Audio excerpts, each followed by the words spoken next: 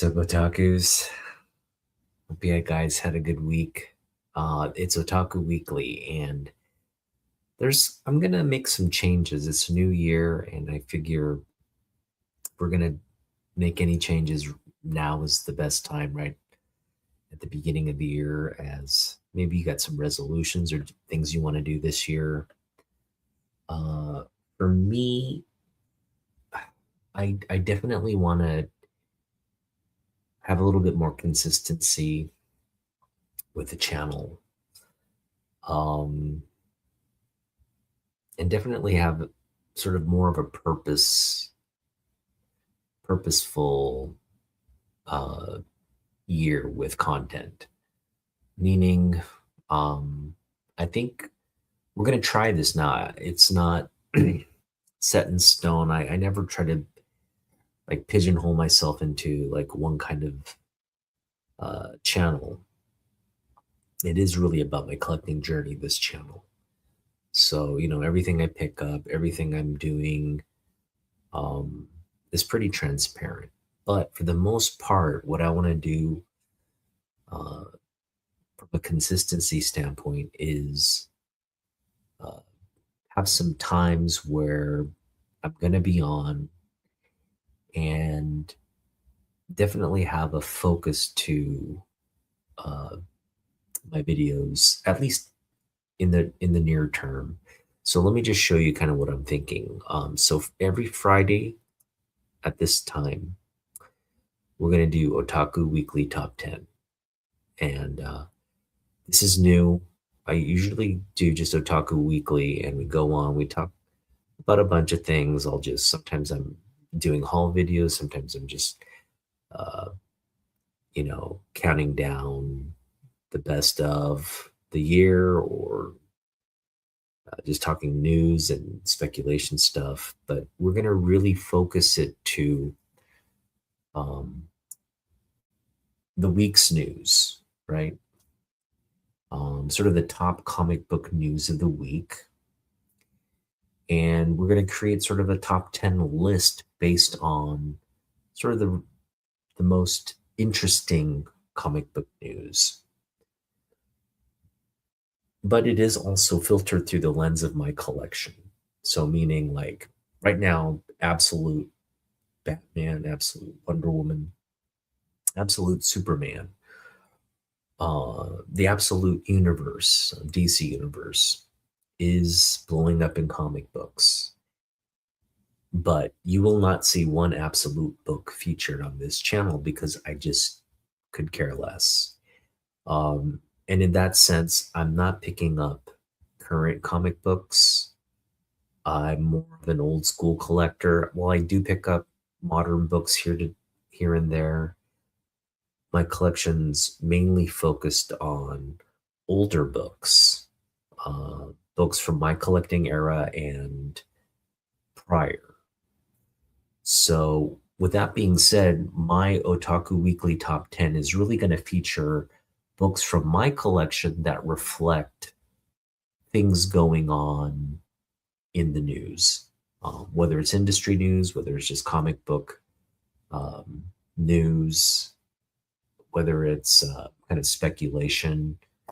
We're going to try to condense all the stuff that goes on, um, and have books that reflect. So it'll be some books you'll probably see here multiple times, like on a week to week basis, especially as we build toward, um, like a movie release or a book release, right? Um, you'll definitely see certain books are top of mind and they may remain top of mind. But as you know, with the news cycle, even in comic books, uh, you tend to cycle a news thing out and a new thing comes in. And so hopefully, week to week, we'll have a fresh set of 10 books um, that reflect what happened the week prior or the news leading up to the Friday night show. So that's going to happen every Friday night at 9 p.m. Pacific.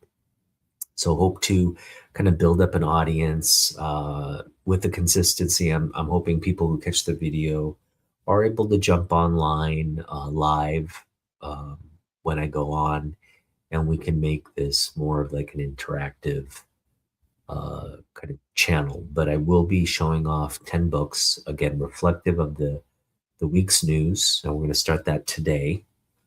And moving forward in 2026, Otaku Weekly Top 10 is going to be a weekly Friday night event. So hope to see you on a weekly basis. Also, as you guys know, if you've been following my channel, I've been also reading my comic books. And I'm going to feature Otaku Reads his comic books. This will be every Monday night at 9 p.m. Pacific. So I think that's a good time for me. I'm trying not to do as much content stuff on the weekend um, because I'm usually very busy, doing family stuff. And I just jump on, and I'm really not, I'm just kind of jumping on to just read books or talk or maybe feature a haul video or something. And it's not the most focused thing, or it's not the most I don't know. It just feels inopportune. I'm going on at different hours and periods of the night, so I really want to build some consistency again. And we're going to reserve Monday nights because usually I'm back to work on Monday, and it's a pretty good time. It's kind of quiet starting the work week. So we're going to start the work week with a nice, relaxing video of me reading my comic books, and then we're going to end the week with the news recap through my comic books. All right. With all that being said, let's get to Taku Weekly Top 10 for this week, January 9th, 2026. Here we go. All right. So I think one thing we can all agree is number 10 on the list is this book here. Now, this list, it's not your cover shaker, you know, um, what's the key collector, hot book of the week kind of thing. None of these books are going to be on these sort of market trending top 10 lists. Okay. So it's not anything that's market trending, because market trending right now, if you look at some of these lists, is a lot of it is absolute Batman, obviously.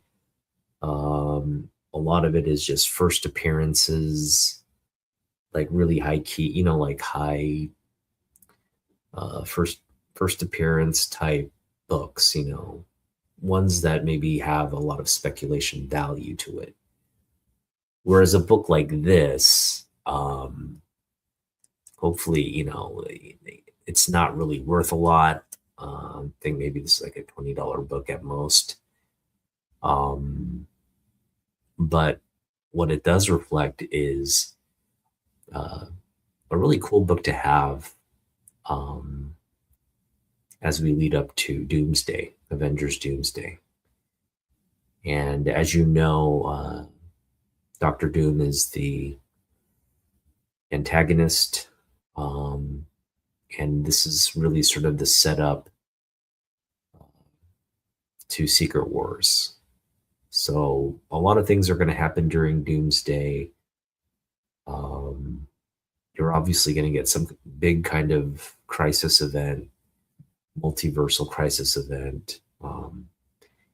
And we've already got a lot of indications through some of these initial trailers as to the characters that are coming back. And it really does seem like it's going to kind of integrate everything we've seen thus far, from on-screen perspective. So we'll get more into that, as I think you guys know where the big news was with regards to Doomsday, and so we're kind of marching toward that. But just to get us started off here, number 10, obviously in the background, Doomsday comes out late 2026. I think it's like set for November of 2026. So it's still a long ways away. But again, I think as a starter, a lot of these are just kind of like uh, projects that are in the pipeline, kind of ready to go for 2026. And so we're going to try to feature as much of that because it's top of mind, it's newsworthy. And again, we just had a bunch of Doomsday related trailers that were released. And so I wanted to start our list off here at number 10 with this beautiful Alex Ross Timeless Doom variant.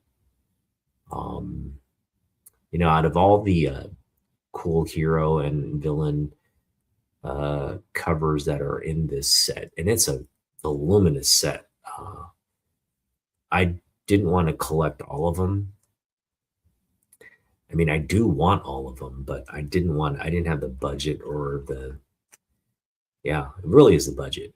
Obviously, if I could get this entire set for like around $1 a piece, that might be something we would try for. But you kind of have to be selective and pick your favorites. And of course, I went in when these books were being released. I said, well, we can't pick them all up. We might as well get the one we most want. And that was this beautiful Doctor Doom cover. It's just really, really, really well done. So there you go, number 10. Starting off with some fire there. All right, number 9. Our number 9 book is this book, which I recently picked up at Half Price Books. I got this for $2. But this is the first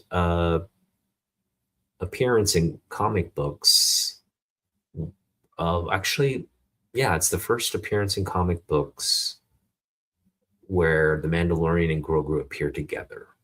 And it's a cover appearance as well. So this is a variant cover to Darth Vader 20, I believe. And this came out right around the time, the Mandalorian season 1 was coming out. So it was a hot book when it came out, kind of,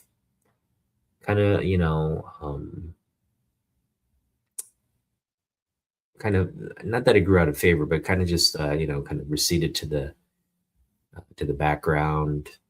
And now as we approach 2026, May is when this movie is expected to launch. I think it's like a late May release date, or was it May 5th? Somewhere around May 4th or something, I guess. But yeah, it's right around the Star Wars Day. It'll be a big launch. And I think a lot of people will want to add this to their collection. So our number 9 book, and again, in anticipation of The Mandalorian and Grogu, the movie, this could really kind of restart the emergence of Star Wars at the box office, because really had sort of a lackluster performance with the last trilogy. It's been hard to find its footing with some of the failures of some of these projects, both from the streaming perspective and the box office perspective. So obviously the exception, it has been this series. Mandalorian season 1 and season 2 have been largely successful in its tone, and I think it drew a lot of fans in. So the next logical step was to kind of prepare for not season 3. I think they're going to launch season 3 after the movie. So it's going to, obviously the movie's going to be a blip as the series returns, but definitely it's again been a popular series. Think you'll you know obviously people love Grogu, Baby Yoda. uh, Mandalorian is kind of replaced Boba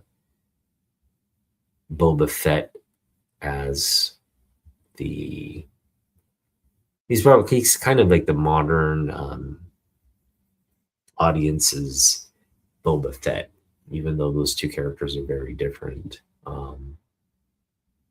You got kind of the same concept here uh, with some of the weapons and just uh, how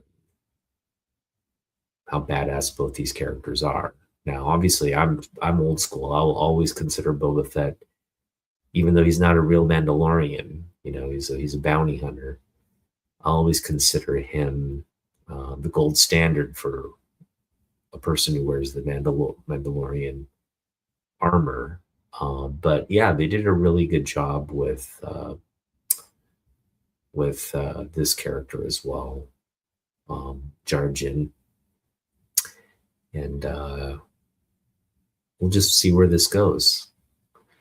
So I anticipate as we get closer to the movie, this will continue to be on our Otaku Weekly Top 10. But for now, it's our number 9 book. All right. Now, I do want to recognize the popularity of the Trinity here, because that's what's being showcased here. When we say the world's greatest superheroes, you have all these other background characters, right? And on the back cover as well. This is Neil Adams' absolute masterpiece of a basically a cover, a wraparound cover. But the showcases on the Trinity here, the 3 main DC heroes: Superman, Wonder Woman, and Batman. And the reason I have this on the list is because there's just been a lot of absolute Superman, Batman, Wonder Woman books trending. And so I don't take part in all of that. I do see it. I do see what it's doing to the prices of those books. And it's a little bit surprising and alarming. But, I've been in the hobby a long time, and, it's oftentimes these kinds of prices are driven by sales and resellers and kind of like what collectors are talking about, books that they read and they like, and they want to pick up more issues. It's an organic thing. I don't want to sound like it's some kind of manufactured, people just don't go out and like start FOMOing on something unless it's like a quality read. People like to collect it. There's a lot of just initial demand for a book, and that can really play to its advantage, especially for a lot of people at the time. Obviously people are still reading this. It's an ongoing storyline, so as it builds up and gets really good, you have a lot of collectors wanting to not only pick up the issues and read, but also target as like a speculation type investment book. So not a bad thing. I just am not partaking in all that, but I do want to recognize it here as because that's some of the top news. And I think if you're going to extend Um, if you're going to try to collect something that's adjacent to the popularity of those absolute titles, is to actually just pick up stuff that celebrates the Trinity. There's a lot of Trinity books out there, but again, in terms of what's reflected in my collection of the Trinity, is this again very uh, very popular DC 100 page World's Greatest Superheroes. Now this one is it's not in terrible shape. I mean, I should say it is in terrible shape, because as you can see, there's just this part here with all the creasing there. Um, it's not pleasing to look at in terms of the back. Obviously, the back has many issues, but it's not. Also, it's not. I don't think it's that horrible. And I think I paid like $17 for this. So, given that fact, the spine is intact for the most part, right? Front doesn't look all that tattered, even though it's got like, piece missing there and all that. We're just really, I like to look at it as like, I don't care if the other parts of the book are tattered and creases are there. It's really this spotlight area that I'm focused on with the Trinity feature there. And so that's what I appreciate about this copy. It's like the focus of the book right there, the Trinity spotlight. Not too many issues going on there. So overall, I'm generally happy with this pickup. Um, and part of this list is just to kind of show you, like, not only feature my collection, but kind of show you as the new stuff gets going. Maybe this is a book you might want to focus on, try to pick up, because this is still relatively an affordable book, right?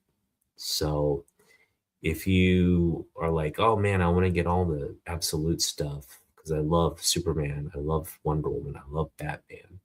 And if this whole absolute thing gets you really excited about reading more DC, maybe reading, collecting more of the Trinity, um, whether it's individually or, like World's Finest, or issues where the three kind of are featured as the primary team. A book like this is just again, a great book to focus on, try to pick up. Still really relatively cheap. I say relatively cheap because it's gonna be hard to find this, again, these kind of 100-page books from the Bronze Age. They're not that you can, but they're harder to find in terms of high grade. And obviously, the higher grade books are going to kind of command more of a higher end value. But that's the fun part of collecting, right? You just find kind of where you want to land on a budget. For me, I want to pick this book up. I wanted to pick up a presentable book, which is what I did, and for as affordable as I could get it. And this, again, for $17 shipped, I felt was like a pretty good deal. So there you go. Number 7 on our list number 8 on our list is DC 100-page super spectacular World's Greatest Superheroes. Neil Adams wraparound cover here. It's going to kind of end with the back cover. Look at that beautiful back cover of all the kind of classic Golden Age heroes as well. Beautiful feature there.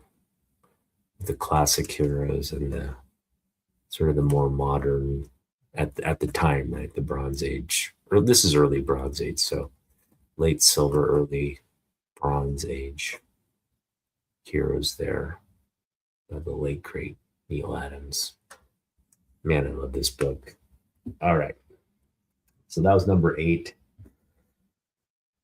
Uh, you know, it wouldn't be it wouldn't be a top 10 kind of speculatory list unless we had something related to Secret Wars, unless we had something related to the Black Suit. And I really think of all the books that people could target and want in their collection, there's a lot of great books, obviously, that are kind of being featured in the top 10 that are um, kind of ones collectors are that are in demand. They're kind of targeting. We have ASM 252, the first Black Suit. We also have Secret Wars number 8, the origin of the Black Suit. We have obviously Secret Wars number 1, the first time you have the first issue in the run of Secret Wars. So as we build toward, again, everybody's focused on Doomsday, but the larger, bigger sort of, I think, where all of this kind of manifests will be in Secret Wars, right? That's, I think, actually coming in the following year, if I'm not mistaken. It's right on the horizon as well.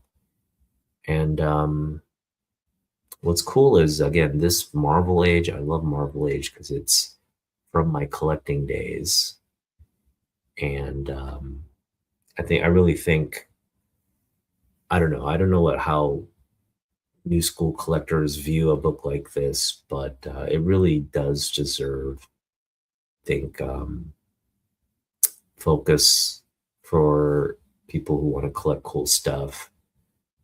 This, I think, epitomizes the Copper Age more than anything.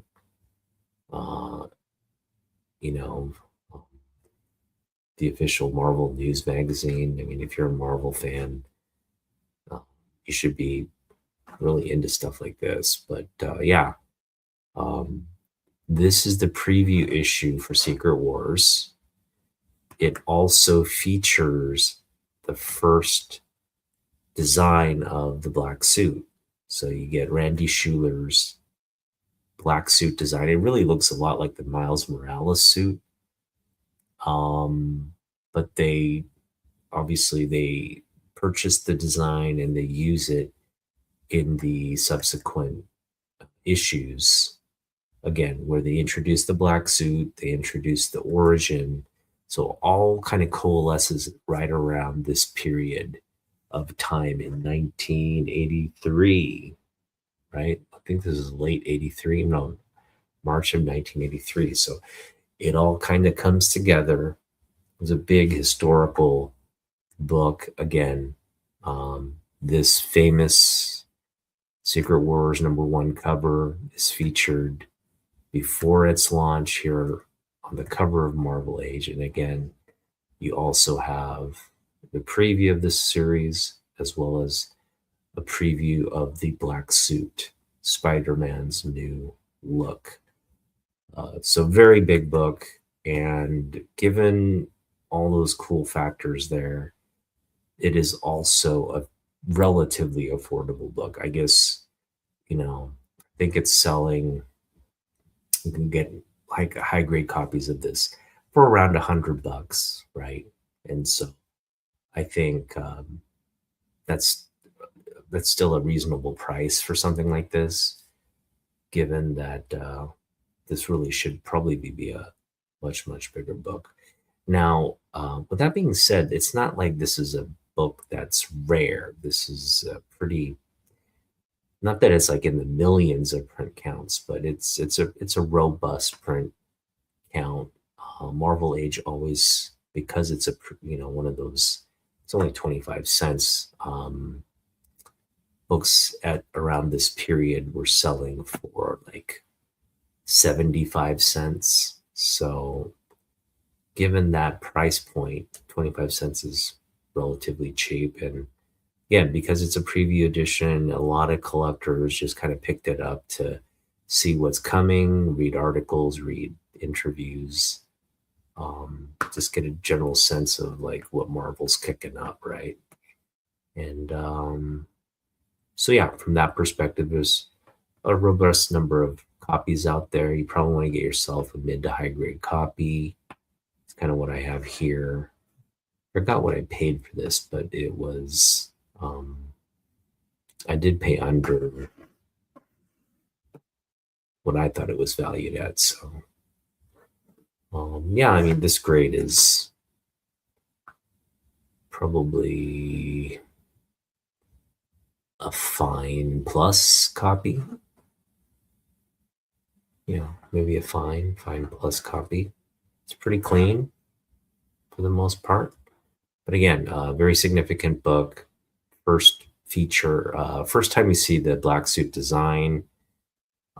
First time you see this cover, precedes Secret Wars cover, and it's the first preview edition for the Marvel Age, right? So this Mike Zeck, classic Mike Zeck cover, got the white background. It's a Marvel Age book, so again,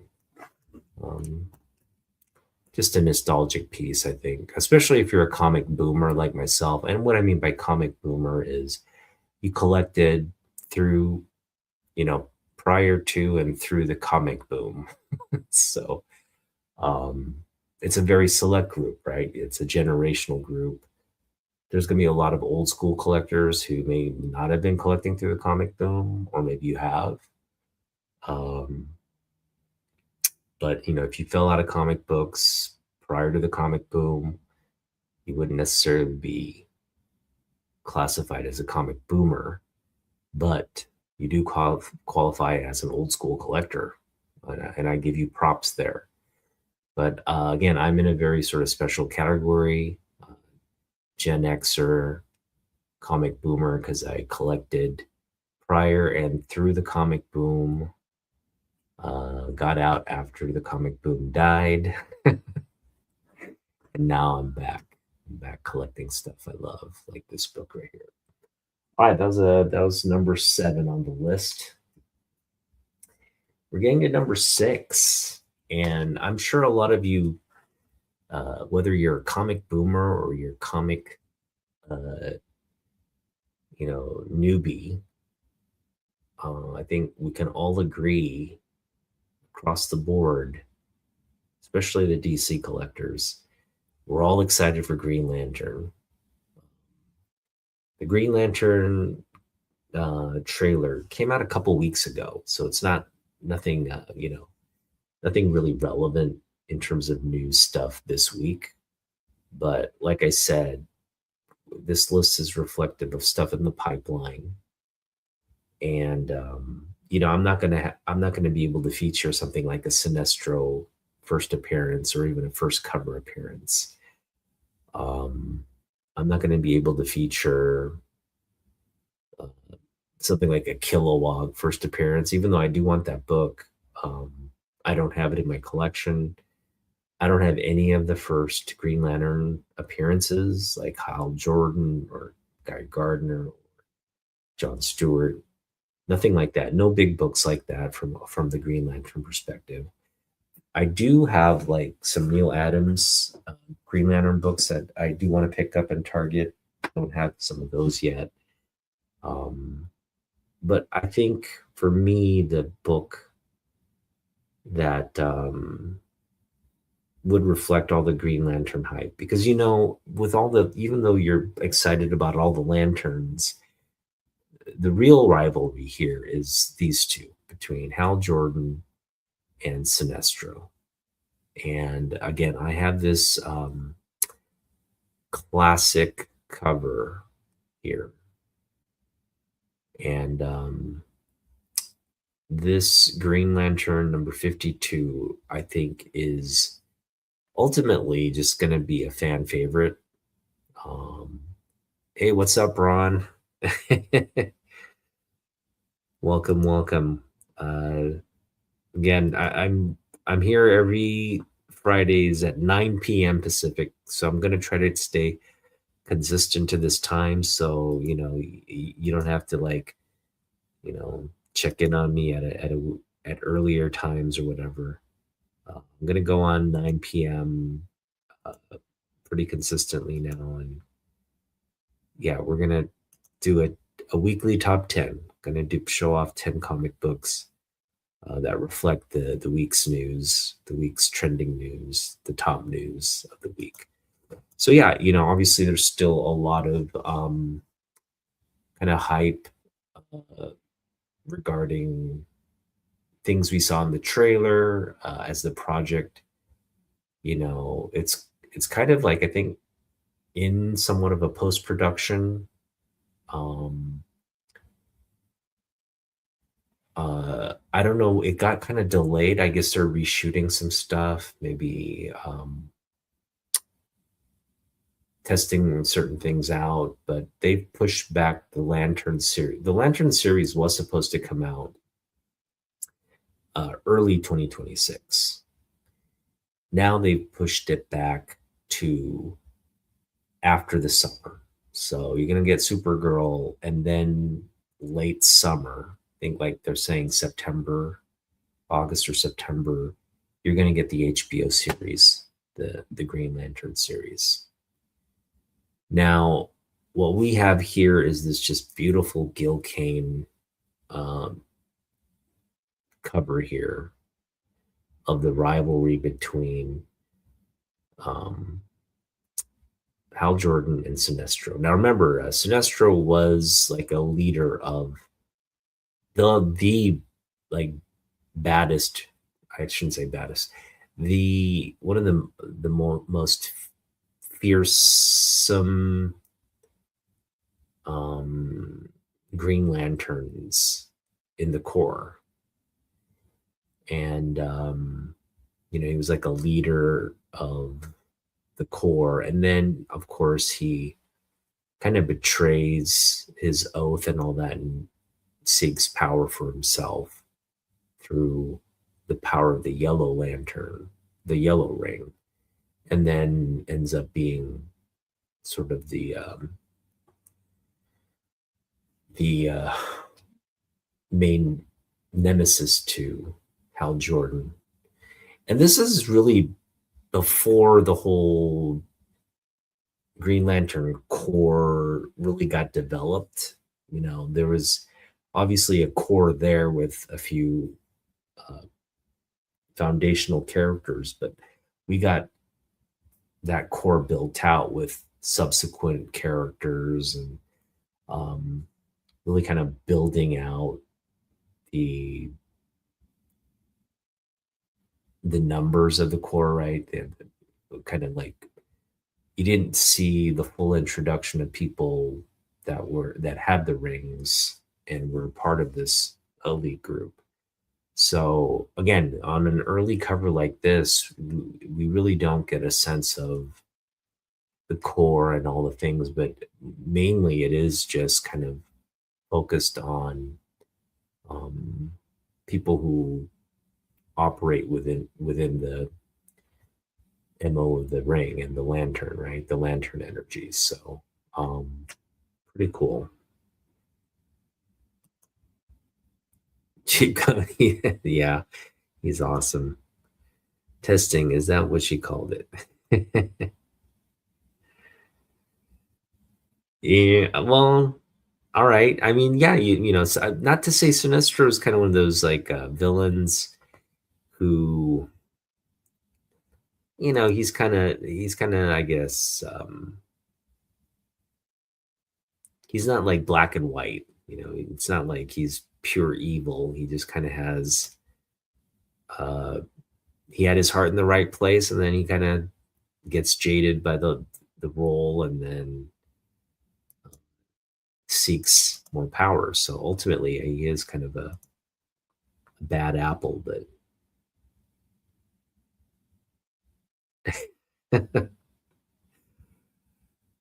right, right,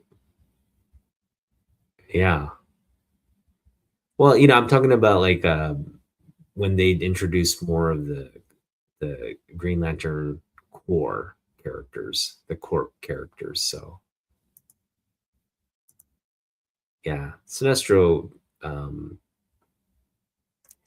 he definitely has changed over the years. This earlier version, he's more kind of like a, yeah. He has a, I think, I don't know, that he has sort of this. You would imagine him as having like a foreign accent. I don't know. That's my Sinestro, but kind of like a kind of like there's a worship justice. He had just sort of this evil cackle kind of voice and laugh. That's at least how I remember him from the cartoons. But then you come to the modern representations of Sinestro, and it's more like he's really smart. He's kind of this like conniving. He pretends like he's on your side, but really he's kind of in the background plotting and stuff. So sort of a more sinestro, right? Sinister type character, because you just don't know what his true motives are until later. But yeah, again, I just thought I'd feature this book because, again, I don't have any big Green Lantern keys or first appearances or anything like that. But I do think this falls in the realm of Green Lantern keys just because of this. Again, it's a cover that really think accurately their rivalry here. So yeah, I would imagine if you're going to collect sort of key Sinestro appearances throughout the history of the books, this is up there with what you target. And we know Sinestro's coming, so I don't think he's going to be at the forefront of the series. I think it's going to be largely they're focusing on solving some mystery and crime, and then obviously as things start to unfold, there some larger plot is probably going to be tied in there somehow, and then at some point, whether it's in season 1 or season 2 or in a movie or somewhere, you're going to have this feature. In fact, we might already be in a situation because I know they said Hal Jordan is kind of a veteran Lantern. He's coaching or mentoring John Stewart, the newer Lantern, right? Which is very comic accurate. I will, Ron. I gotta have you on speed dial, I guess. But yeah, it's going to be sort of like a mentor mentee type of relationship. So we obviously know from that perspective that Sinestro's already out there as a Yellow Lantern. He's already a bad guy. He's already been turned. And so, given that, he could be somehow, the source of the mystery that they're trying to solve. Even if he's not, he will show up at some point. So to see that all unfold, it's going to be fun and interesting. Obviously, whether he's introduced in the series or whether he's introduced down the road, I think we're all excited for seeing some of the origin stuff for the first time in movies. I shouldn't say first time. So we've seen Sinestro in the movies through the Ryan Reynolds movie, right? But hopefully, again, we get a sort of a more I don't know. I didn't think the Ryan Reynolds movie was all that bad. It just obviously we could just see another version of that, but maybe where more fans are, where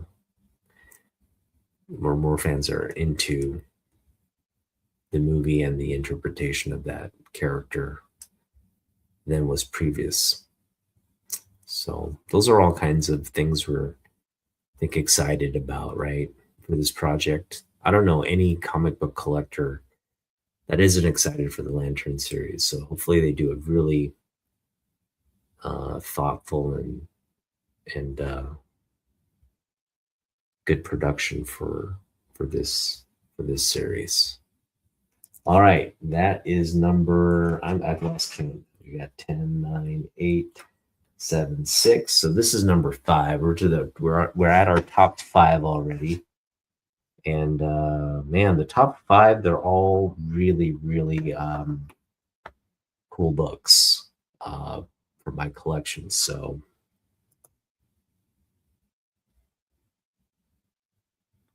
I didn't hate it. I didn't hate it. I gotta say, I liked it.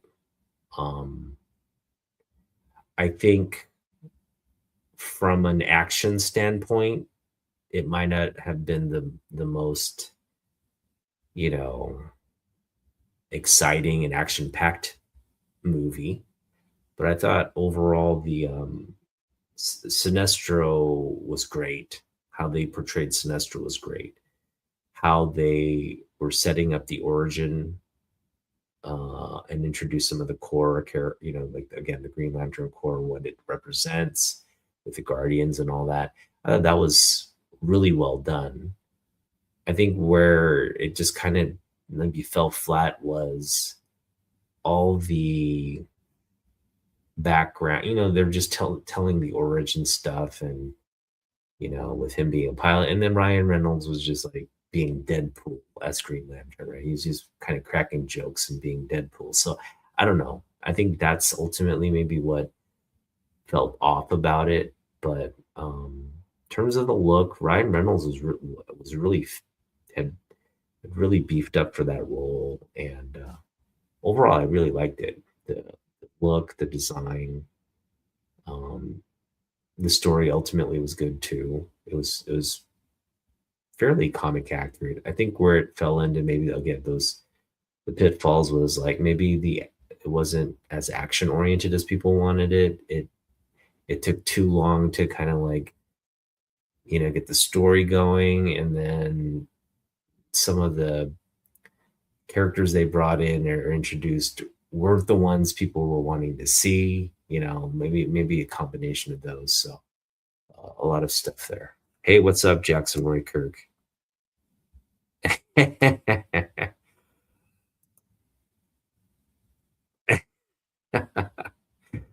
Oh, you guys.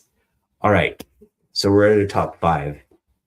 And top 5, again, there's a lot of news that happened this week. So we're kind of reserving some of the best books for as we count them down. So obviously, we talked about a lot of upcoming projects: Green Lantern, Avengers Doomsday. We talked about The Mandalorian and Grogu. But I think as great as all those upcoming projects are, I don't know about you guys, but I really think Supergirl for me is the uh, project of 2026 that I'm most excited about seeing. Not only because it's the follow-up project to Superman outside of the Peacemaker series. This is a follow-up to Superman. It's also really a standalone for Kara. And for audience, I know, Kara's been featured in movies. She's been featured in her own series, right, on WB. And by this point, I think most people know her backstory, her history, how she was introduced. And again, this period, she was just really the sweetheart of she's Superman's cousin, right? She's Superman's cute cousin. She was wholesome. She was the girl next door. So yeah, I have quite a few Supergirl books in my collection. I don't have any like really major. I don't have her. Her first appearance is a Grail book. First off, so it's really unattainable. But outside of her first appearance, I think this is the book you kind of probably want to most have as a Supergirl key, and that's because this is when she comes to Earth on a rocket ship. Um,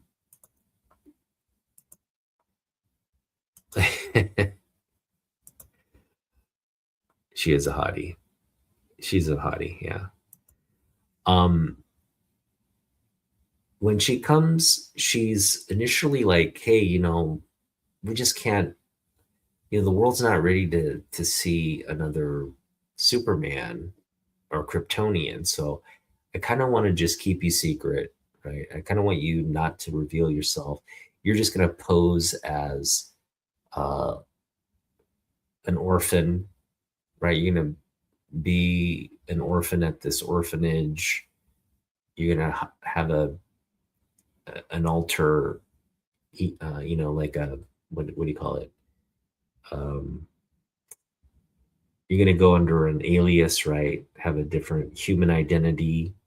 She goes by I think Linda Lee, and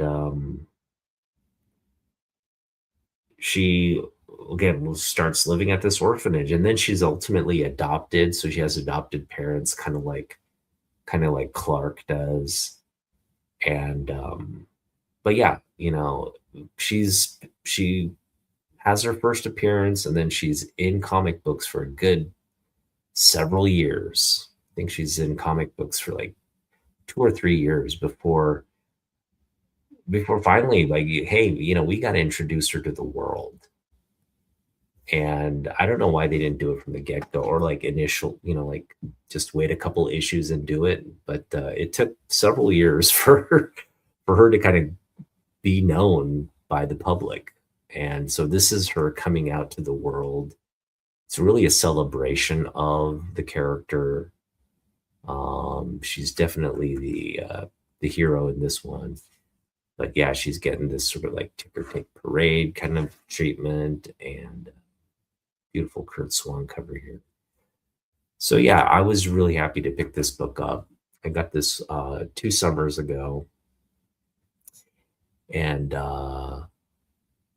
yeah, um, I got for a great price too. I got for like $80 maybe, but it's a really presents. I mean, it's got issues, but overall, it's a really nice grade on the book. Um, so yeah, this is I think a Supergirl key that is still underpriced in my opinion, given its significance to her uh, timeline, her story arc. This is really a celebration for her. So again, one of her bigger kind of keys.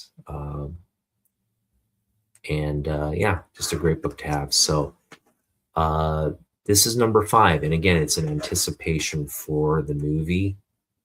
Um, I think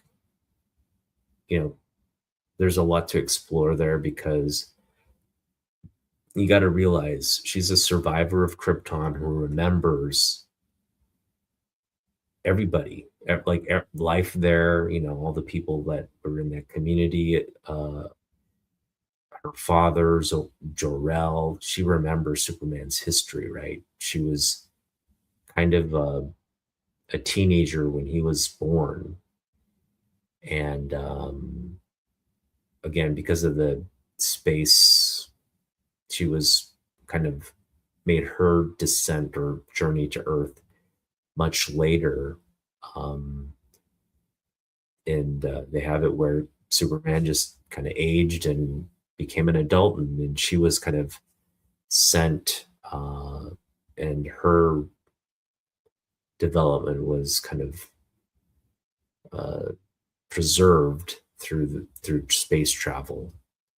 And so she comes kind of as is, as a teenager. So there's an age difference here, even though she's actually technically older than him. And yeah, um, They obviously have a great relationship here in the comic books, but it is one where like he's telling her what to do. You know, he's kind of like, I guess, seen as the older father figure or whatever. I get, but it's a weird relationship. He shouldn't be, you know, she should be giving him the orders, and she has all the memories of Krypton. She has all the knowledge of the Kryptonian culture, but none of that really comes. She kind of comes as this like, oh, like I'm just this girl who doesn't know my way around Earth and doesn't really talk about her Kryptonian culture and all that. Maybe it's because she's dealing with the trauma of losing everybody and all that. So there's a little bit of that there, maybe. But I do love the Tom King uh, Woman of Tomorrow.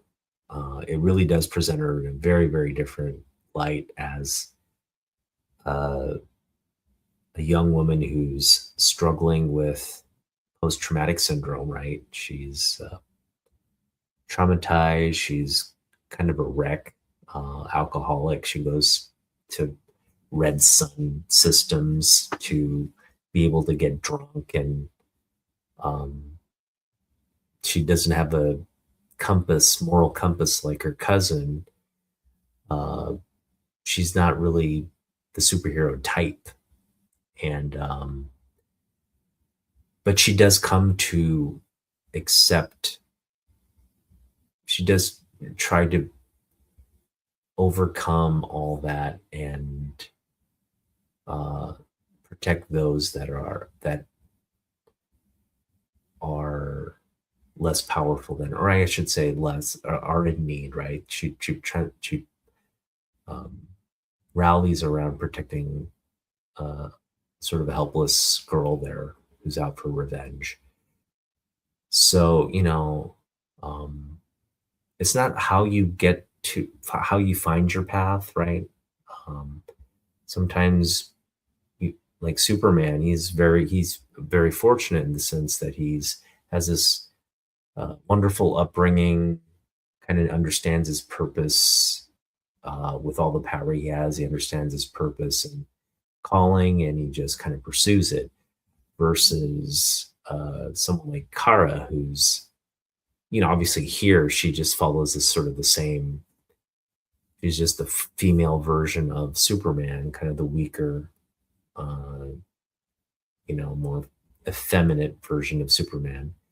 But I think the the representation we get in the Tom King books presents her as a more formidable character in terms of her backstory and development, but also she's in terms of strength and in terms of her ability to fight and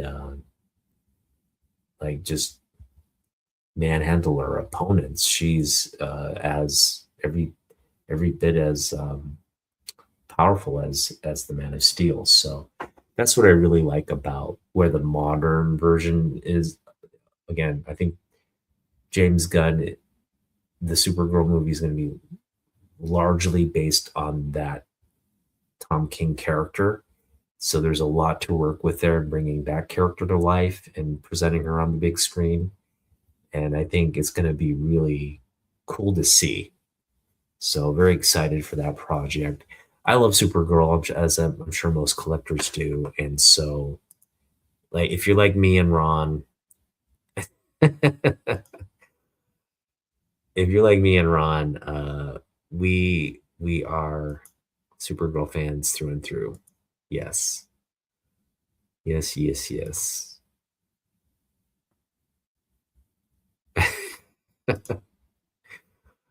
He's the older brother figure. That's the thing that bugs me about this whole. I get again. We have, as great as this age was, it wasn't the best. I don't know. It didn't wasn't egalitarian from a gender perspective, right? You definitely had, like, yeah, he's the sort of the older brother figure, but he really is kind of like, he's kind of like the seemed to be the more competent, right?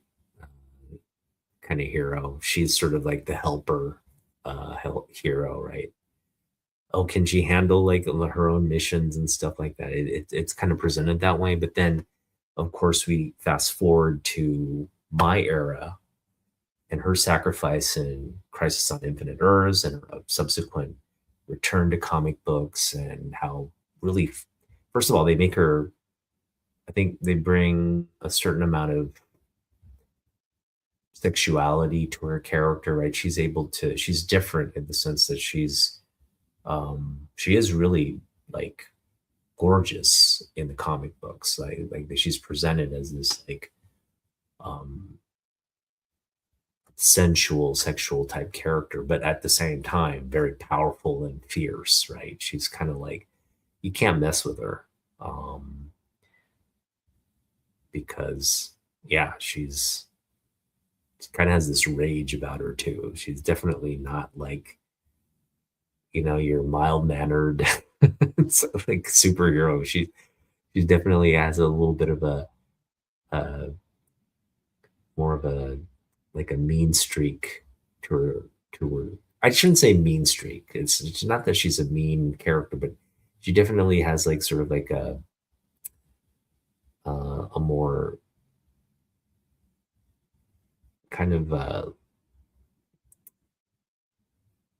not as disciplined approach to, like she's not afraid to maybe take people out, right? Like kill people to accomplish certain means. Like there's that sort of like instability about her character. But again, in the George Perez, Marv Wolfman run, Marv Wolfman's gonna write her like this classic. He's Marv Wolfman probably read these books and probably was in love with the character as much as we were. And so he really made her the focal point of like she's gonna be the hero in this. And she does a self-sacrificial, uh, plays a pivotal role in that series where she again sacrifices herself for the preservation of the survivors of that. Yeah, I think she prevents the overall destruction of one of the timelines. So really critical. She dies, and then yeah, again, you can't keep a character like this out of comic books. She's eventually brought back. A version of her is brought back, and then Kara is eventually brought back um, in the Jeff Loeb, uh, Michael Turner run. So, of course, uh, you know, as we move closer to the movie project, I'm gonna obviously have more Supergirl books to show off, but wanted to just get the Otaku Weekly Top 10 started off on the right foot with really what is my biggest and most favorite Supergirl book in the collection. All right, well, we featured Doctor Doom earlier, and I gotta just get this book featured to talk about this book. This is a book really, first off, it's just an iconic cover here. We've got a Dave Cockrum masterpiece. In fact, I can't think of a of a of a cover art that that can serve, like anything by Dave Cockrum is gonna be kind of iconic just because he's just one of those, like, he really is the artist that brought the X-Men um uh that kind of kickstarted the popularity of the X-Men, because prior to Claremont, Cockrum, Byrne, uh, X-Men was kind of just like one of those like titles that no one read and just was kind of weak, right? Didn't really have anything compelling. They're just all these like school kids with like special abilities. There just wasn't like really anything. But then you bring all these like other like weird kind of mutants in to get to the fold, and like a powerful mutant like Storm obviously is really interesting. Um, Now all of a sudden you got like people just loving the X-Men, and again, Cochran put out a lot of great covers, but this one, in my opinion, just is just takes the cake. I mean, look at this incredible Doom cover here. So this is the first time Doom meets the X-Men. And the reason this is such a big book, or a book you guys should be targeting, and not just for that fact and this great artwork, it's that we just got confirmation in a big way that the X-Men are coming to Doomsday. And so just, based on that speculation part, I think a lot of people are wanting to get this book now. This is again the first time we see Doom versus the X-Men. And you know, nobody is like Ron.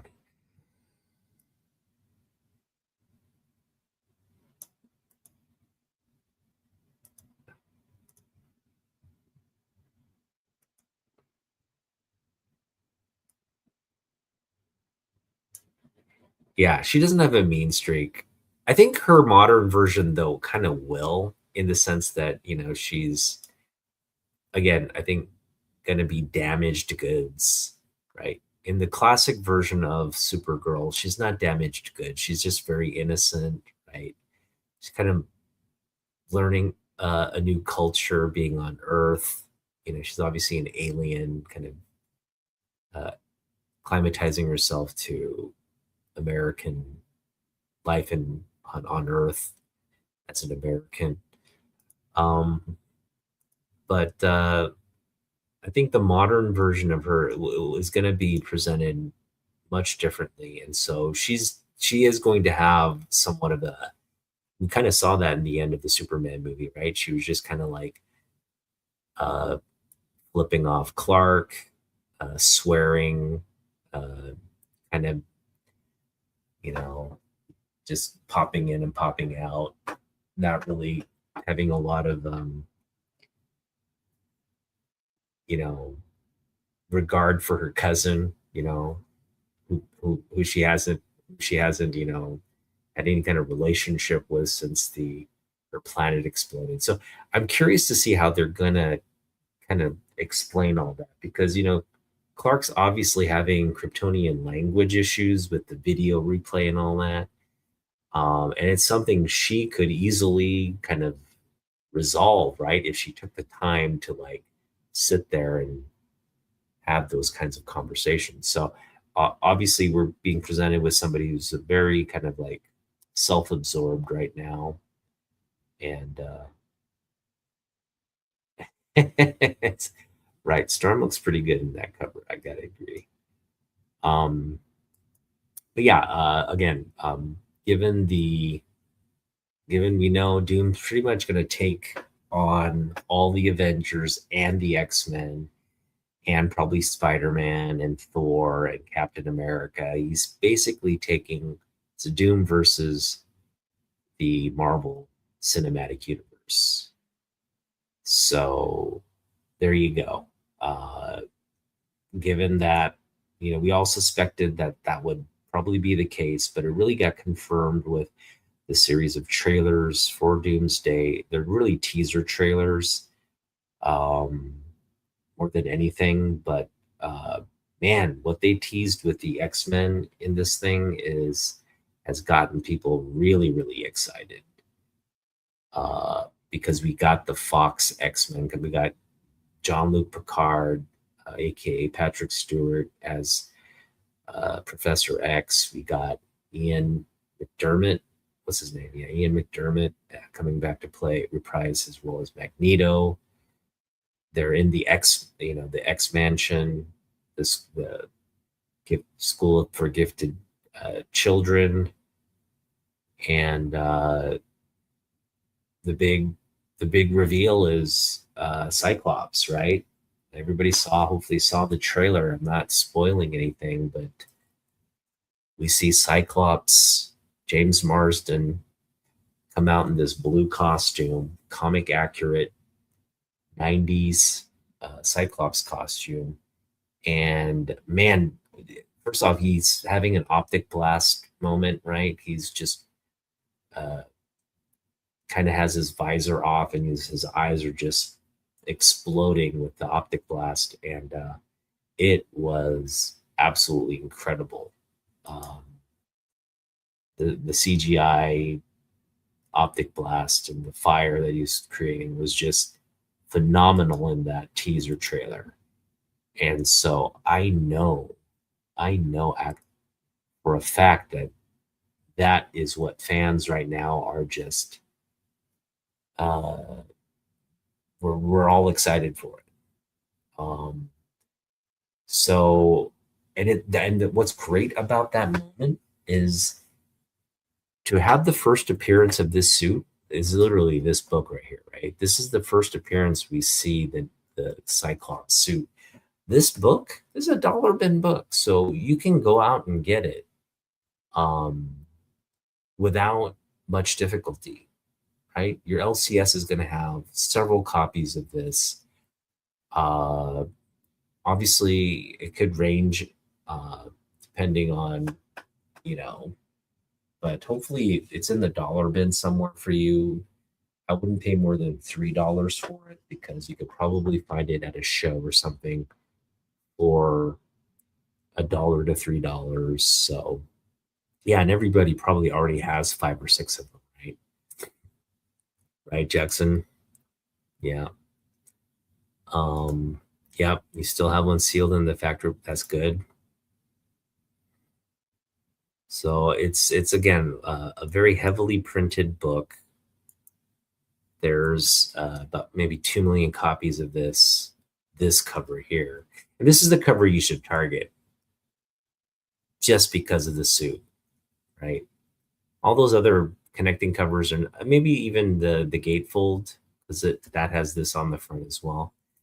But this was the cover to target at the time of its launch anyway, right? I don't know anybody who like got the other covers over this cover. This was kind of like if you weren't going to get all 4 covers, you have at least going to get this cover and maybe the Magneto cover. But this was coming home with you no matter what. So this one, there's probably like 2 million copies of this out there, maybe 3 million, somewhere in that range. So it's going to be a highly, highly visible book out in the wild. And man, this is just a fantastic. I mean, this is, a lot of the other designs don't really reflect a lot of change because this is a suit we've seen before on Wolverine. It's his tan suit, and Colossus doesn't really change.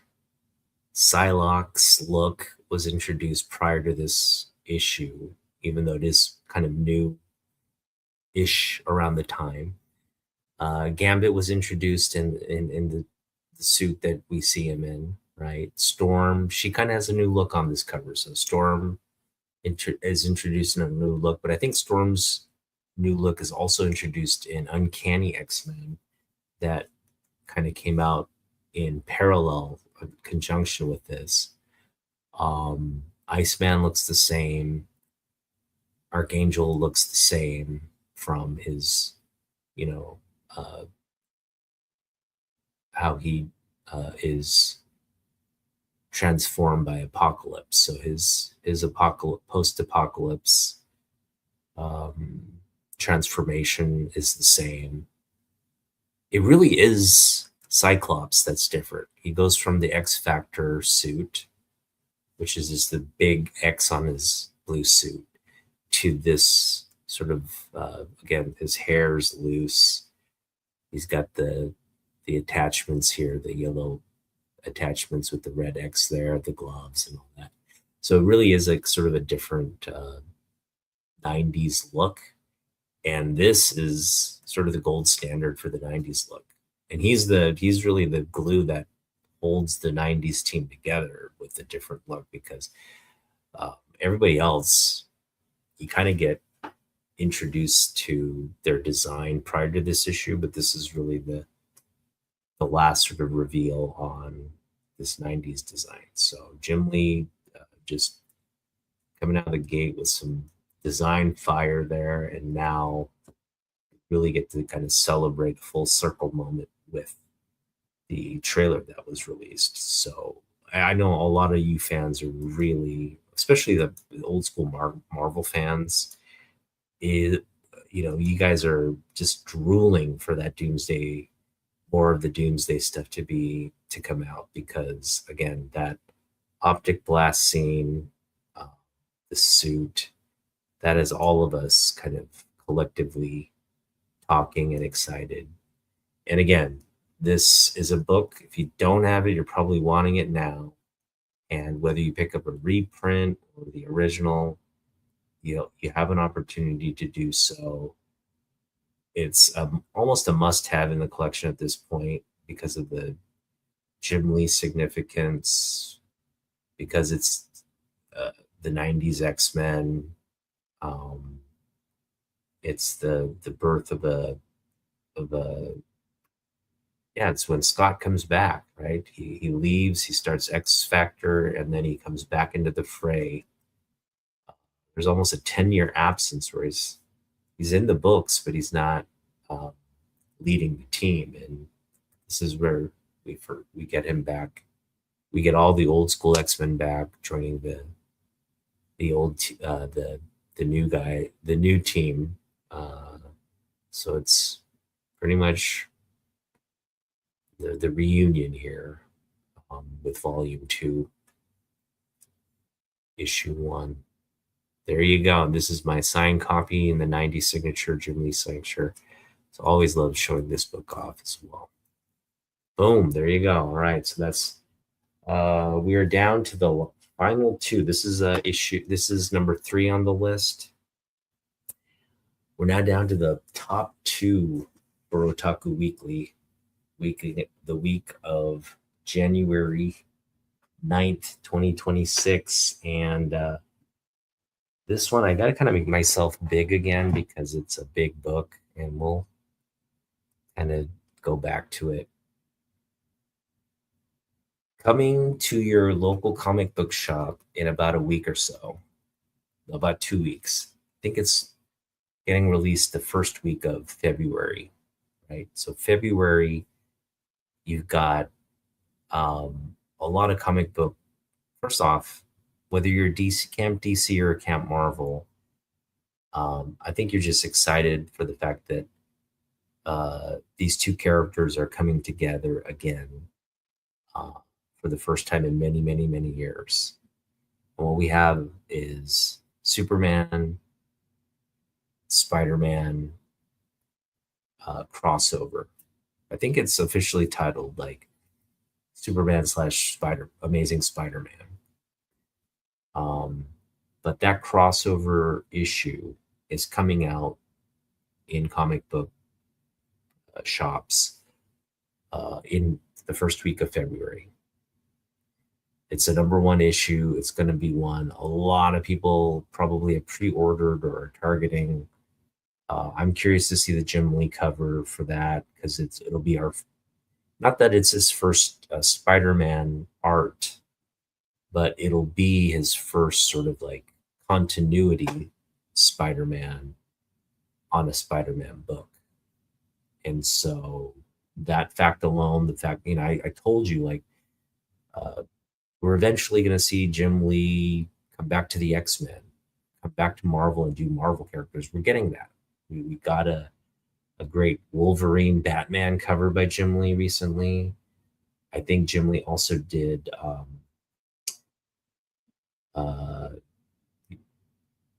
he did like a Superman. I think he teased the Superman Spider-Man cover, so we know we're getting a Superman Spider-Man cover. He did another Superman. I think it was like like a teen, maybe it was a Teen Titans Justice League or something like that. I forget. It was one of those. Maybe it was like X-Men, Teen Titans covers. But all of these like Jim Lee variants are going to come out on this crossover.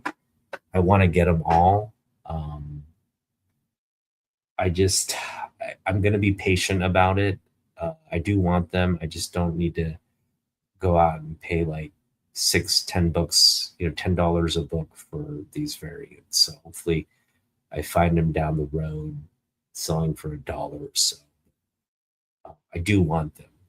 But yeah, that's top of mind right now for a lot of collectors. And of course, I want to show off the issue that started it all. Let's show the back cover as well. Got incredible Ross Andrew artwork here. That is just fantastic.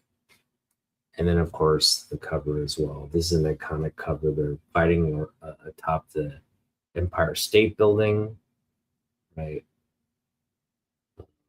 They're battling for Metropolis, aka the Big Apple.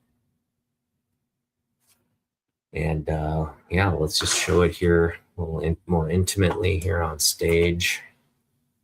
Get that. So I've got a really, really high grade copy, and I can kind of zoom in on some of this just to show you. This is a treasury size edition, so it's obviously just, I have it in like a top loader that's a larger size just to protect it and preserve it. You can see it's a really nice copy here that I have. Really no issues whatsoever. I got this in a trade with a community member. So just really pleased with the results of the trade. And of course, this was before all the crossover news came out. I just wanted this as a Superman piece for my collection. And man, am I glad I have it now. It's just, I just don't see this book having a floor ever. It's just got, sky's the limit on this book moving forward. So hopefully you guys go out and get a really nice copy for yourselves and just have it as a flex book. That's really what this is. It's the ultimate crossover flex book. It's the first time they cross over. The battle of the century. It's the two biggest characters. It's the the flagship characters for Marvel and Superman. Regardless of what you say, Spider-Man is the house that Marvel built, and Superman is the house that, Superman is the house that DC. So what am I trying to say? Yeah, Superman built the house of DC, and Spider-Man built the house of Marvel. So these are definitely the flagship or flag bearers of each publishing company. The top IP, the top superheroes for Marvel and DC respectively. Ron, all right, you got to come on and show me some flex. We can do that anytime, my man. We can do that anytime. I know you got some big. I know you got some old school like Silver Age keys to show off. So I do want to see your flex, man. I know you got probably several box loads of flex. Yeah, Superman built the house of DC and Spider-Man built the house of Marvel. That's what I'm trying to say. Right? Didn't know Spidey could blow. It wouldn't be like I know Spider-Man has super strength, and there's a good amount of like invulnerability there, but this would be a very quick battle. I'm sorry. It's it to say that Spider-Man could hang with Superman is such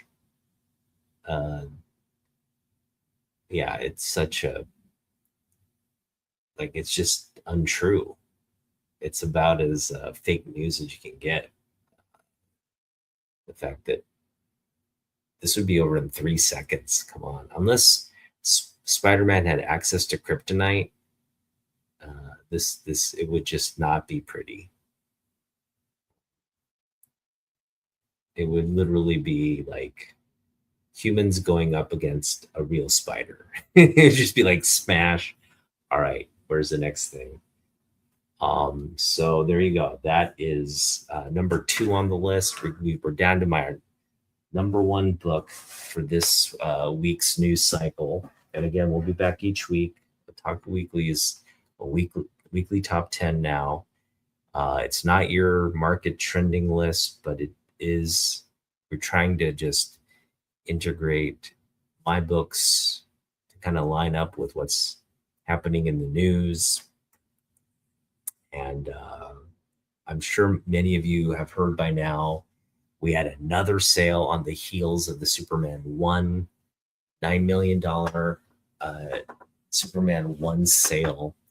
The Superman 1 sale was a book found in some lady's attic, which got graded and sold at auction for 9.2 million or something like that, which was the largest comic, or I should say, the highest valued comic book ever sold. Okay, 9 million. And we just had that eclipsed a couple weeks. It's just been a couple weeks since that sale. We just eclipsed it with a $15 million sale of apparently like a 9.0 copy of Action Comics 1. Now, 15 million for essentially a flawless golden age book. We're talking about a 9.0 copyright. Seems like kind of a steal, to be honest, right? If that is the highest grade Action 1 in existence, that, or I should say the highest one that's come to market in recent years, right? I'm sure there could be the possibility of something in higher grade, but for all we know, that is the highest grade Action Comics in existence. And it was sold in again, it was a private sale.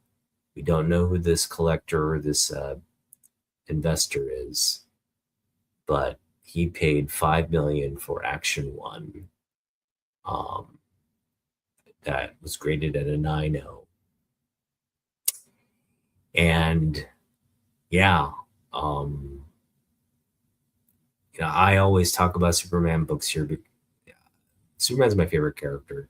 I always talk about Superman books, and Action 1 is my grail. It's the grail of grails, I think, just from a price standpoint.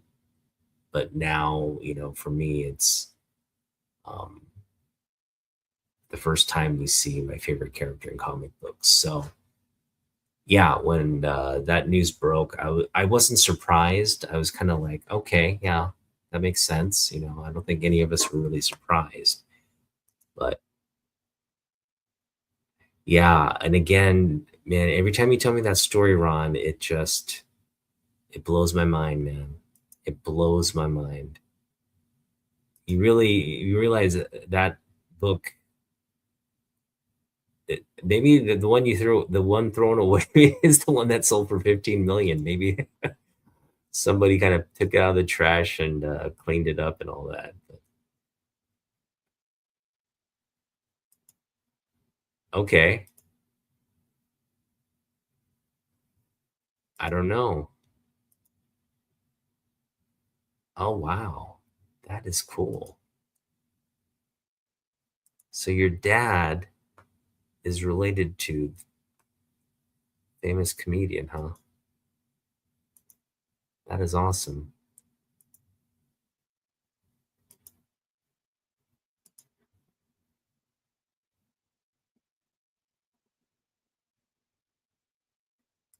Will Rogers.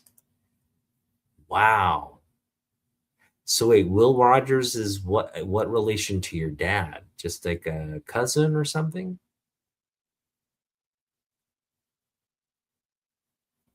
Are they cousins? Don't tell me they're like brothers.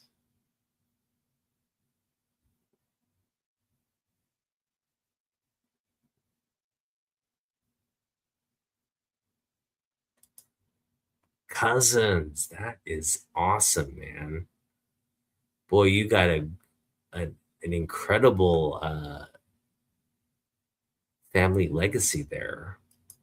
Will Rogers, he is I mean, he was like the entertainer of his day. I don't know anybody bigger than Will Rogers, in terms of like, right? We're talking about he's like he was a comedian, musician slash actor slash just like kind of was again the marquee celebrity of his day. Wow,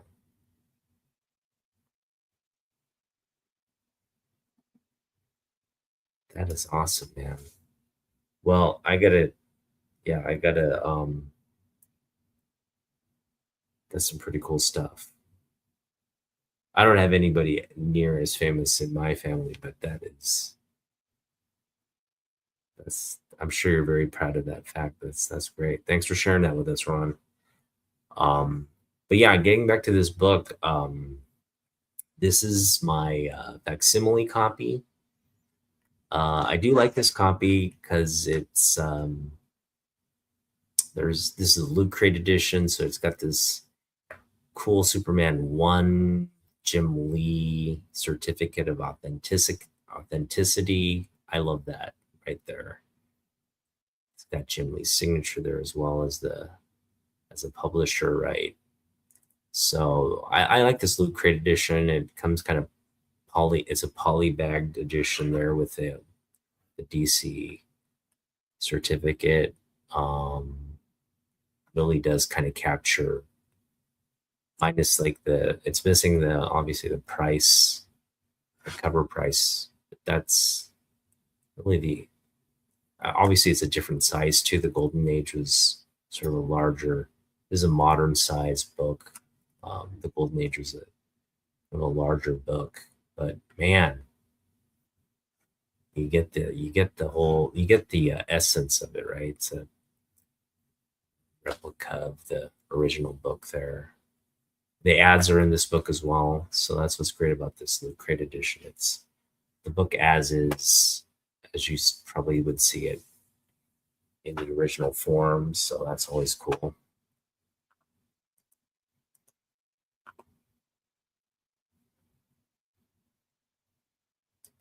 No, I believe you, man.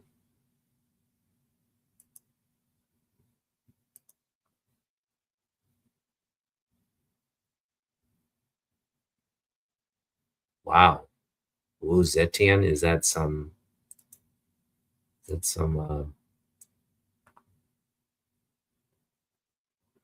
I'm sure that maybe that's some sounds Chinese or something. Is that some Chinese warlord or something? Um, yeah, I don't have as much diversity in my background, but I imagine there would be some Mongolian there, some Genghis Khan or somebody. I think Genghis Khan's DNA is in probably 98% of us on the planet, right? Because he conquered and just conquered so much of um, the territories. I know, yeah, like Genghis Khan probably has a. We're all Koreans are all descendants of Genghis Khan from from a certain perspective. But yeah, we all branch from some evolutionary path. So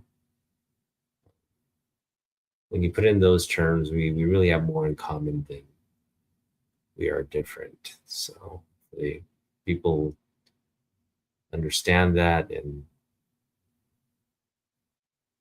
they don't. They're hopefully they don't they're not pissed off Superman. They're crushing cars. You gotta get along, okay? Don't don't poke the Kryptonian there.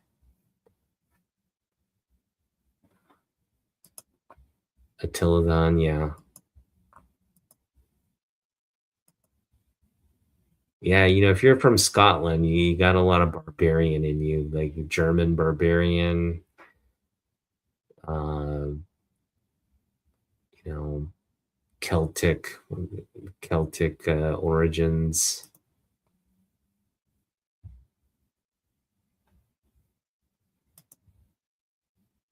We're definitely the result of some raping and pillaging back in the day. So our ancestors were all raped and pillaged at some point, I'm sure. Yeah, I'm sure Ron's a barbarian. Yeah, got probably 85% barbarian genes there somewhere at the forefront. All right. Well, yeah.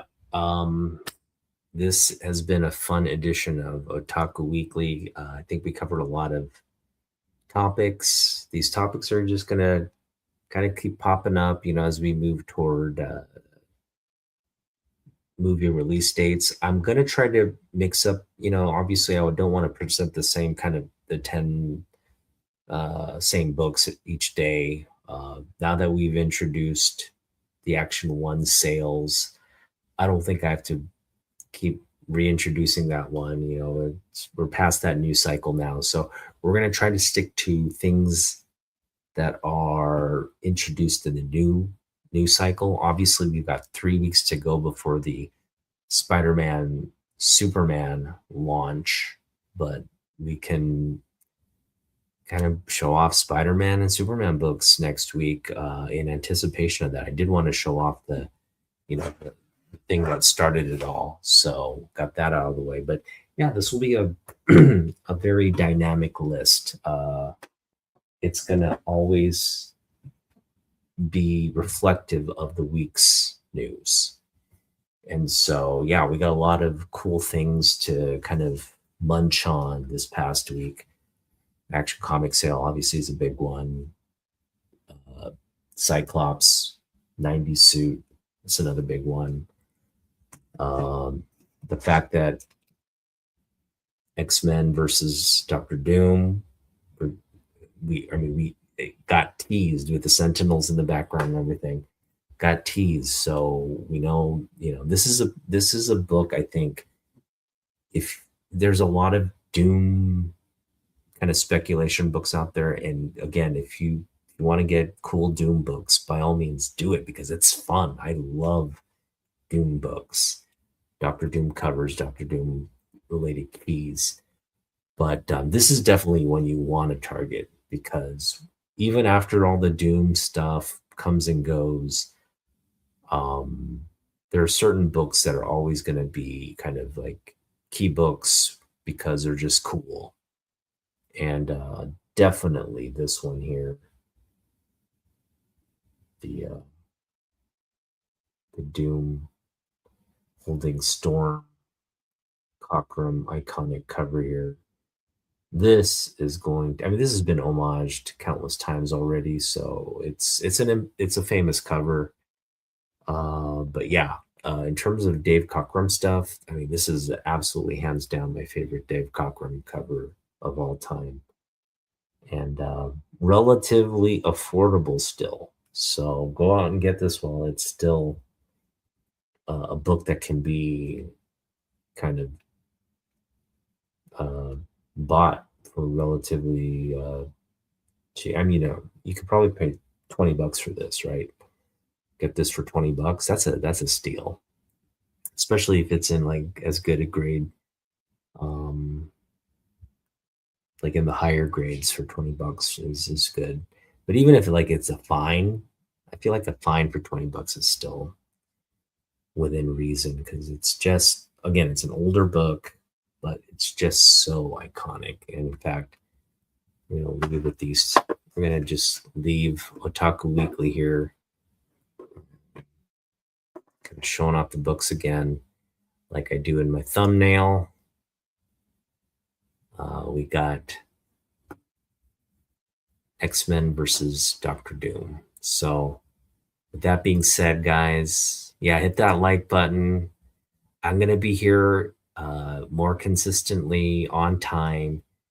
I feel like 9 p.m. is the perfect because it gives me a chance to pick out all the books, get properly set, kind of think about what I want to like talk about and focus on. So hopefully this was a little bit more not as scatterbrained as I usually am, but yeah. Yeah, the key books always seem to be kind of out of reach. So hopefully these are key books that I'm not going to show off anything that's like $1,000 or more. I don't have anything like that in my collection. So all of these are within reach. So I think these are nice books to just target as like having fun in the hobby. But yeah, definitely just target some of these before they spike. Because this is the thing about our hobby. Once people just start wanting to get a book, sellers start picking up on it and they start like jacking up the price. And now these like what should be like 10, $5 to $10 books become $50 to $100 books. So don't get caught in a bidding war or like FOMO state of mind when trying to pick these up. Just wait.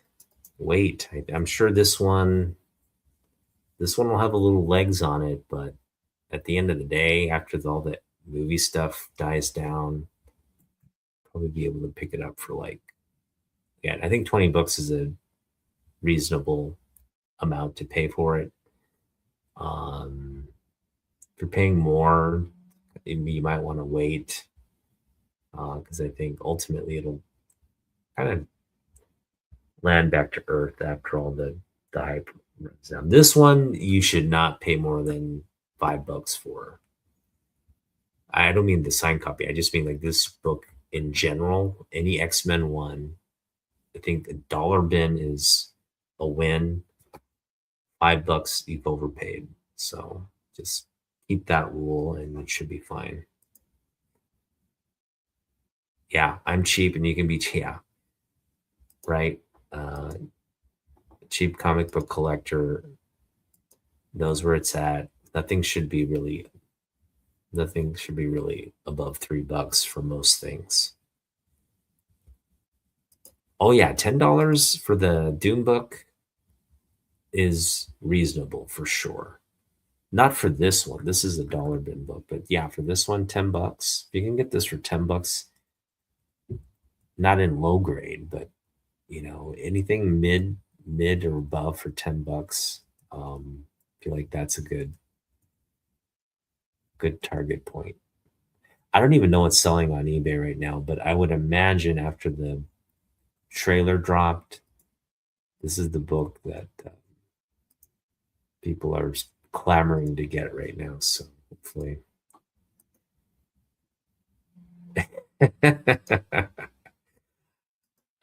Yeah.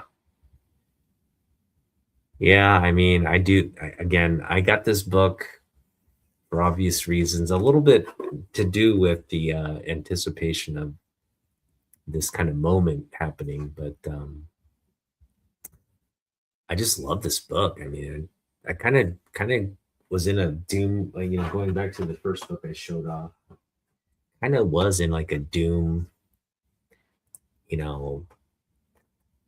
a Doom speculation mode, I guess you'd call it.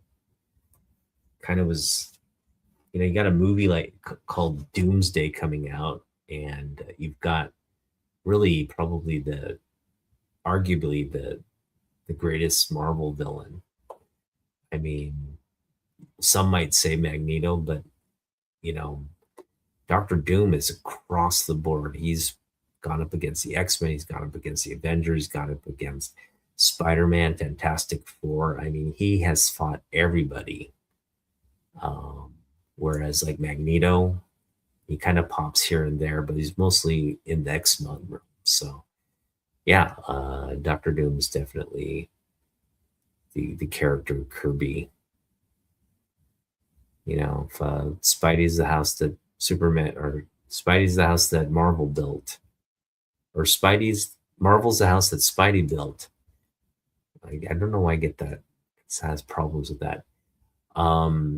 Doom is the character that Kirby built. Literally, Doom is the villain that Kirby built. That is still the gold standard to this day. So there you go. Who would win versus Doom versus X-Men? Well, probably Doctor Doom. So there you go. All right, guys. Thanks for hopping on, watching. And two of my grandsons were insistent on spending the night. The others were dragged home. That's a fun night. Have fun. I hope you have a great weekend with your grandsons. And you think the hand is too small? I think the dimensions are right. I don't think Alex Ross would. Yeah, maybe I mean, I kind of see your point, but he kind of has it like, you know, if like your real hand were in sort of like a fist, kind of like, I don't know, it looks like he's trying to hold a goblet or something, maybe he's holding an imaginary goblet there, but I don't know. I think the dimensions would kind of be right because it's in the foreground, right? It's not, doesn't look that small, but I see your point. It could, you know, dimensions are off in a lot of comic book art. And so, yeah, I kind of see your point.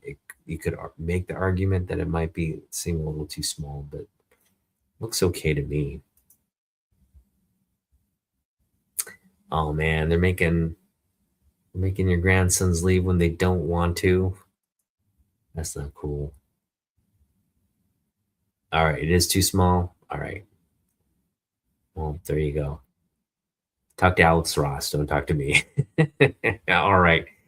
Thanks for hanging out, guys. We'll see you on Monday. Okay, because remember, on Mondays, I'm doing Otaku Reads His Comics, and we'll be back. We'll continue on with the Death of Superman. I'll be reading Action Comics 687, which is the continuation of the Doomsday Superman battle. So we'll see you on Monday night at 9 to read that book. But yeah, have a great weekend. Click like and subscribe, and we'll see you here weekly, Friday nights at 9 and Monday nights at 9. Peace out, guys. See you in the next one.